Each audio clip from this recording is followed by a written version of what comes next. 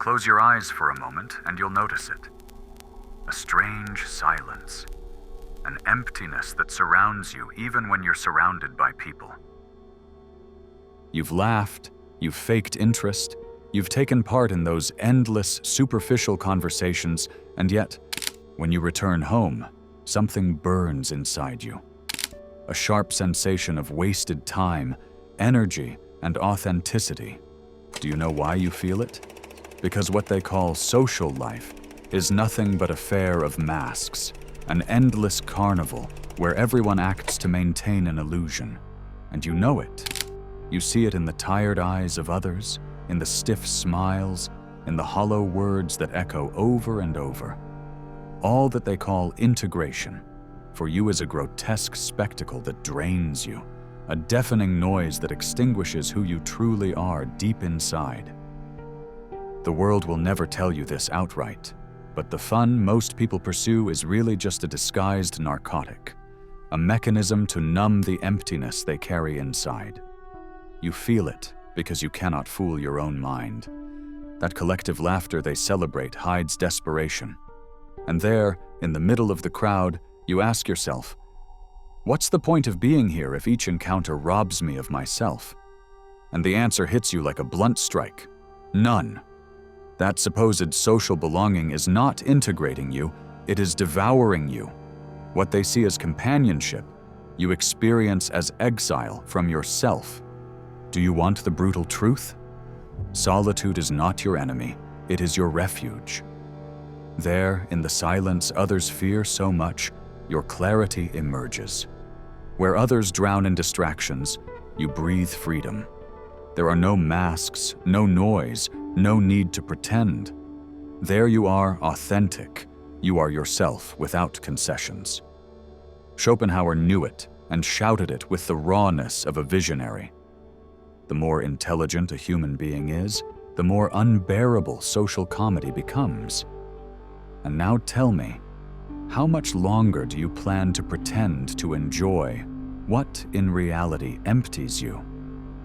Because every time you smile out of obligation, every time you listen to conversations that add nothing, every time you feign interest, something inside you breaks. And you don't get it back. It's as if each false gesture tears away fragments of who you are, and at the end of the day, facing the mirror, you barely recognize your own reflection. Doesn't that terrify you? The true monster is not solitude. It is the crowd that demands you betray yourself in order to belong. Do you want a secret? The isolation you fear so much is, in reality, the key to your independence. What most consider punishment, you can transform into power. While they beg for attention, you can build in silence. While they burn out in empty parties, you can grow in a space without judgment, where your mind expands without limits. But of course, to reach it, you must dare to face the question that terrifies almost everyone. Who am I when no one is watching? And here is what's most disturbing. Most people never want to answer, because they sense that without witnesses, nothing remains. They are pure facade, noise without essence. You are not. You can withstand that answer. You can stay alone with your mind without being devoured. That's why, while they drag themselves from meeting to avoid hearing themselves, you learn to listen to the voice they've always silenced. Yours. That is the true act of rebellion, disappearing from the social noise, not as rejection of others, but as an act of fidelity to yourself. Because only in that darkness, when everything falls silent, do you discover the clarity that the crowd will never give you. And the most unsettling part is that, deep down, you always knew it. The disturbing thing about all this is that society has managed to twist the meaning of solitude, as if it were a flaw, a disease, a mark of failure. Since childhood, we've been taught that being accompanied is a synonym for success, and that remaining silent is suspicious, almost a sign of weakness. But look at the paradox. Those who fear most being alone with their thoughts are precisely the ones most dependent on others' approval. They cannot bear the idea of hearing what they hide inside, because they know that within lies an abyss they dare not face. You've felt it, haven't you? That moment when you turn off your phone, when the external noise stops and a dark murmur arises that you cannot silence. Most flee from that murmur, seeking more distraction, more screens, more trivial conversations. You, on the other hand, can bear it. And here is where the truly unsettling part emerges. What the crowd calls social life is, in reality, a collective defense mechanism to avoid facing the most uncomfortable truth. The emptiness, that existential void hiding behind laughter, gossip, applause. That is why when you choose to withdraw from the noise, you are not rejecting anyone, you are rejecting the lie. You are deciding to face the inner desert others fear, and only those who cross it find something that transcends meaning. A meaning that does not depend on being seen, or being heard, or being applauded, but on being, on existing in coherence with yourself. Look at it from another angle. What happens to someone who never gives themselves a moment of authenticity? Little by little, their mind fragments. They live trapped in characters that contradict one another. The character who pleases family, the one who accommodates friends, the one who adapts at work. And there comes a point when they no longer know where they begin or where they end. That is not social integration. It is the slow death of identity, an invisible suicide disguised as coexistence. That's why solitude, far from being punishment, is a process of resurrection. Each instant in silence, each moment without distraction, gives you back fragments of yourself that you had lost. It restores clarity to think, strength to decide, vision to create. And yes, it may scare you at first, because it brutally exposes you to your own consciousness. But tell me, what alternative do you prefer? To live your whole life as a prisoner of others' masks, or endure the initial discomfort of facing the mirror without disguise? The irony is that those who flee solitude believe they are avoiding pain, when in reality they are condemning themselves to constant agony. You already sense it. Every time you choose silence, you open the door to a power others will never know. The independence of not needing validation, the lucidity of seeing beyond appearances, the calm of not having to act on a stage. That's what the crowd calls strangeness, but in truth, it is freedom. And here comes a disturbing twist. Have you ever asked yourself why the world fears so much those who enjoy solitude? Because they are incorruptible. They don't depend on applause. They don't bow to social pressure. They don't sell themselves for a bit of company. And that, in a system that thrives on control, is dangerous. The authentic loner is a silent rebel, an individual impossible to domesticate. Perhaps that's why, since forever, they've been labeled eccentric, crazy, or antisocial. The label is nothing but a mask for fear. Because they know that someone who doesn't fear being alone is someone they can no longer manipulate. So think about this. What if what the world calls isolation is actually the greatest test of strength? What if that silence that unsettles so much is the cradle of true creativity, of the most radical independence? While others are torn apart by the anxiety of belonging, you have the chance to build a life that needs no spectators. A life where meaning is not measured in shared laughter, but in the peace you feel when you close your eyes and everything falls into place. The crowd will never understand it. They will cling to noise, to bright lights, to soulless conversations. But you can escape. And in that escape, you will discover what few dare to seek, the strength to exist unchained. Do you feel it? That vertigo in your chest right now is not fear. It is the signal that you are beginning to awaken. And do you know what's most disconcerting? That the more you flee from the noise and embrace silence, the more you discover that most people are not seeking to live, but to distract themselves from life. They wake up each morning with a packed schedule, not because they need it, but because they cannot stand stillness. If they stopped, if they stayed still, they would have to listen to what they carry inside. And that is an enemy far more terrifying than any criticism. That is the difference with you. You can face that inner echo. They cannot. That's why they run from event to event, from chat to chat, as if speed could erase the absence of meaning. And here something fascinating emerges. When a human being starts to feel comfortable in solitude, creativity bursts forth like a torrent. Why? Because at last the mind is no longer a slave to judgment and applause. In that emptiness, in that stillness, ideas arise that transform.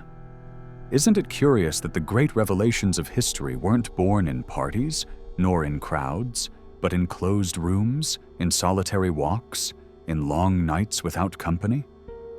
What society calls boredom is in reality the fertile ground of innovation. What they call isolation is the place where the eternal germinates. But there's something deeper still. Solitude is not only the laboratory of creativity, it is also the crucible of your identity. When you are alone, you cannot escape yourself. There are no masks, no scripts, no audience to please. Only you, with your naked conscience. And that is brutal. There it is revealed whether you truly have a solid core, or whether everything you are rests on the eyes of others. Most cannot bear that confrontation, because they would discover they are smoke, that without witnesses, nothing remains. And you, by bearing it, by facing it, become iron. The paradox is devastating. Those who cling to the crowd believe they are strengthening themselves, but in reality they are dissolving. They lose their form. They blur into a uniform mass that thinks the same, laughs the same, fears the same. You, on the other hand, in the silence, define yourself. Each minute with yourself is a chisel sculpting your character. It turns you into someone who doesn't break at the first rejection, someone who doesn't need to adapt to every current because they have roots of their own. That is true independence, not the kind of shouting freedom in a crowded square, but feeling it when no one is there to applaud.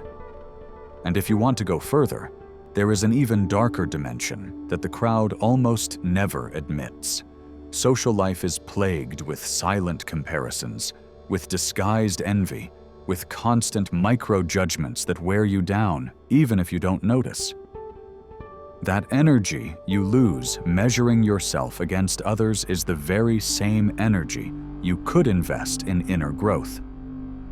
That's why the most lucid choose to withdraw, not because they hate the world, but because they know the world hides the subtlest trap, the trap of wanting to be like everyone else.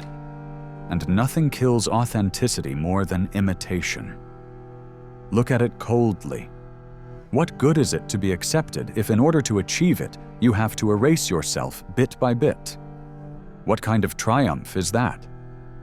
Solitude places you before discomfort, yes, but at the same time gives you a gift no one else can.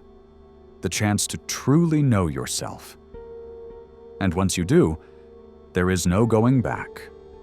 The noise loses power. Criticism becomes a distant murmur. And what once scared you becomes a reminder that you are on the right path. The unsettling truth is that the further you go on this path, the more you discover a secret few know. Solitude is not absence. It is multiplied presence. Presence of ideas, of clarity, of forces buried under layers of distraction. When you choose to be with yourself, you are not left empty. You are filled with what you never had time to hear, And that is the true power the crowd will never experience, because they would rather lose themselves in other voices than hear the only one that truly matters, their own. There comes a point where solitude becomes both mirror and blade. It shows you who you are, but also cuts away all that is excess.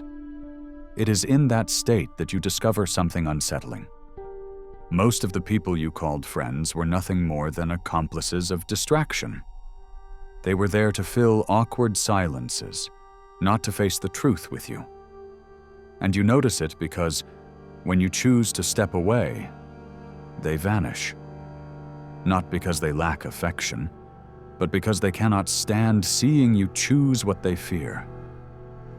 In the end, solitude unmasks weak bonds, exposing how fragile was everything you once thought indestructible. And curiously, far from being a loss, it becomes liberation. Suddenly you no longer have to spend energy sustaining hollow relationships, nor disguising your thoughts to fit into a mold that was never yours. That cleansing hurts, yes, but at the same time, it is the beginning of a new clarity. It is like removing a weight you had been carrying on your back without noticing. You discover you don't need so much noise around you to feel alive. What you need is coherence. And coherence only arises when you dare to be alone, when you decide to cut ties with everything that betrays your essence. Here appears a brutal truth. The human being who depends on others not to feel empty is condemned to live chained. Why? Because every time the environment changes, he changes with it. Every applause lifts him, every criticism destroys him. He does not own himself, he belongs to the crowd. And the most terrifying thing is that he doesn't know it. He thinks he is living, when in reality he is nothing but a deformed reflection of others' expectations. You cannot allow yourself that. You've already seen too much, already felt too much, to keep pretending those chains are comfort. The truly interesting thing is that when you fully enter that independence, the world begins to notice. There is a strange magnetism in someone who does not beg for attention, in someone who walks with the calm of one who needs to prove nothing. It is a silent power that intimidates more than any shout, and the crowd, though they won't admit it, respects it, because deep down they know there is something there they never dared to seek. That is why they will try to label you, call you strange, distant, even arrogant. Don't be fooled. Those words are masks for envy. It is the natural reaction of those who feel threatened by a freedom they never knew. And if we go deeper still, there is an aspect of solitude almost no one speaks of. Time transforms. What for others is a succession of repeated days, for you becomes fertile ground. Every hour without distraction is a tool of construction. While they waste their lives in conversations forgotten by tomorrow, you advance in silence, building something that will remain. And what you build in that space, no crowd can tear down, because it is born from you, not from the eyes of others. This is how the most unsettling secret is revealed. Solitude does not isolate you from the world. It connects you to the eternal. When you stop living for applause, you begin to live for what transcends. And that is the difference between those who will be forgotten as soon as they die and those who will leave an indelible mark. The crowd lives to be seen, the solitary lives to be real. And do you know what's disturbing? That sooner or later, everyone will envy that authenticity, because deep down, everyone feels the betrayal of the masks they wear. But only a few have the courage to tear them off. You decide if you are one of them. And now we come to the most uncomfortable point of all. If solitude is the place where you discover who you are, it is also the place where you realize that most will never know what it means to truly live. And now that we've made it this far, before we continue, I want to present the following to you. Our book, The Formula of Awakening, is now available. Do you feel like there's something inside you that wants to awaken, but you don't know where to start? Then I invite you to transform your way of thinking, and with it, your way of living. Discover who you can become. Start today. The link to get the ebook is in the first pinned comment of this video. Grab your copy now at a great price. With that said, let's continue with the video. That discovery is not a punishment, it is a privilege. But be careful. With it comes responsibility. Because when you see with clarity, you cannot go back. You cannot return to hollow laughter, to prefab conversations, to empty hugs. You've become a foreigner in your own world. And that, though it hurts, is the sign that you have awakened. Here is the final twist few dare to accept. Solitude not only saves you from the noise, it also gives you a weapon. The weapon of mental independence. With it, you can withstand any criticism, any rejection, any abandonment. Because you understand that the only thing they cannot take from you is what you have built within. And that certainty, that peace forged in silence, is more powerful than any crowd shouting your name. Because the crowd shouts one day and forgets the next. You, on the other hand, remain. So the next time doubt invades you, remember this. Choosing silence over noise is not an act of cowardice. It is the bravest gesture you can have in an age where everyone trembles before the void. While they run to flee from themselves, you stand before your reflection and say, "Here I am, without disguise, without witnesses, without chains." And that is the beginning of true freedom. And if you've made it this far, I want you to prove it. Write in the comments the phrase, "Silence made me strong." I want to read it. I want to know how many of you have felt that vertigo and still chosen to stay on this journey. And if this message has resonated with you, subscribe, because what comes next will be even more uncomfortable, deeper, and more revealing. I'll leave you in a way you won't forget. Turn off this video, close the door, stay alone for a moment, and listen to what arises inside you. If you can bear it, you are closer to freedom than you ever imagined. See you in the next silence.